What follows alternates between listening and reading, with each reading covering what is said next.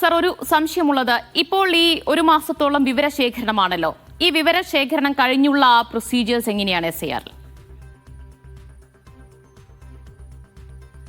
So ഇന്ന് മുതൽ 4-ാം തീയതി ഡിസംബർ വരെ നമ്മൾ എനുമറേഷൻ ഫോം വിതരണം ചെയ്യുന്നു. ആൾക്കാർ അത് ഫിൽ ചെയ്യുന്നു, നമ്മൾ തിരിച്ചു വാങ്ങുന്നു. അത് കണ്ടിട്ട് എല്ലാ തിരിച്ച് തന്നിട്ടുള്ള ആൾക്കാരുടെ എനുമറേഷൻ ഫോം ആരെല്ലാം തിരിച്ചു തരണോ അവരുടെ ലിസ്റ്റ് നമ്മൾ ഡ്രാഫ്റ്റ് പബ്ലിക്കേഷന് 9-ാം തീയതി ഡിസംബർ ആണ് നമ്മൾ ചെയ്യാൻ പോകുന്നത്. അത് കണ്ടിട്ട് നമ്മുടെ ഉദ്യോഗസ്ഥർ അത് വെരിഫിക്കേഷൻ ചെയ്യും. ക്ലെയിംസ് ആൻഡ് ഒബ്ജെക്ഷൻസിന്റെ പീരീഡ് എന്ന് പറയുന്നത് ഒരു മാസമുണ്ട്. അതായത് ആർക്കെങ്കിലും ഒബ്ജെക്ഷൻ ഉണ്ടെങ്കിൽ, താങ്കൾക്ക് വേണമെങ്കിൽ ഒബ്ജെക്ഷൻ ഉണ്ടാവാം, ബൂത്ത് ലെവൽ ഏജന്റിന് ഒബ്ജെക്ഷൻ ഉണ്ടാവാം, അത് വേണമെങ്കിൽ ആ സമയത്ത് പറയാം.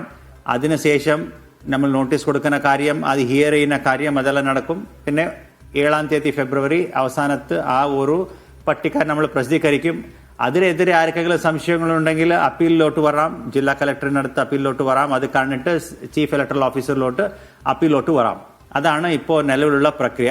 പക്ഷെ എനിക്ക് എല്ലാ നമ്മുടെ പ്രവാസിയോട് എനിക്ക് മീഡിയ വൺ ചാനൽ മുഖാന്തരം പറയാൻ ആഗ്രഹിക്കുന്നത്, ഞാൻ നേരത്തെ എല്ലാ രാഷ്ട്രീയ പാർട്ടികളുടെ മീറ്റിങ്ങിൽ കൂടി ഞാൻ ആവർത്തിച്ചിട്ട് പറഞ്ഞിട്ടുണ്ട്, നമ്മുടെ പ്രവാസികൾക്ക് ഏതെങ്കിലും വിധത്തിലുള്ള ഒരു പ്രയാസം ഈ വോട്ട് ഇതിലെ ലിസ്റ്റിലെ വോട്ടർ പട്ടികയിലെ പേര് ചേർക്കാൻ ഉണ്ടെങ്കിൽ ഞാൻ തന്നെ നേരിട്ട് ഇടപെട്ടിട്ട് അവരെ സഹായിക്കുമെന്നുള്ള ഒരു ഉറപ്പ് ഓൾറെഡി ഞാൻ എല്ലാ രാഷ്ട്രീയ പാർട്ടികളെ മുൻപ് ഞാൻ പറഞ്ഞിട്ടുണ്ട്. അത് മീഡിയ വൺ ചാനൽ മുഖാന്തരം വീണ്ടും ആവർത്തിക്കാൻ ആഗ്രഹിക്കുന്നു.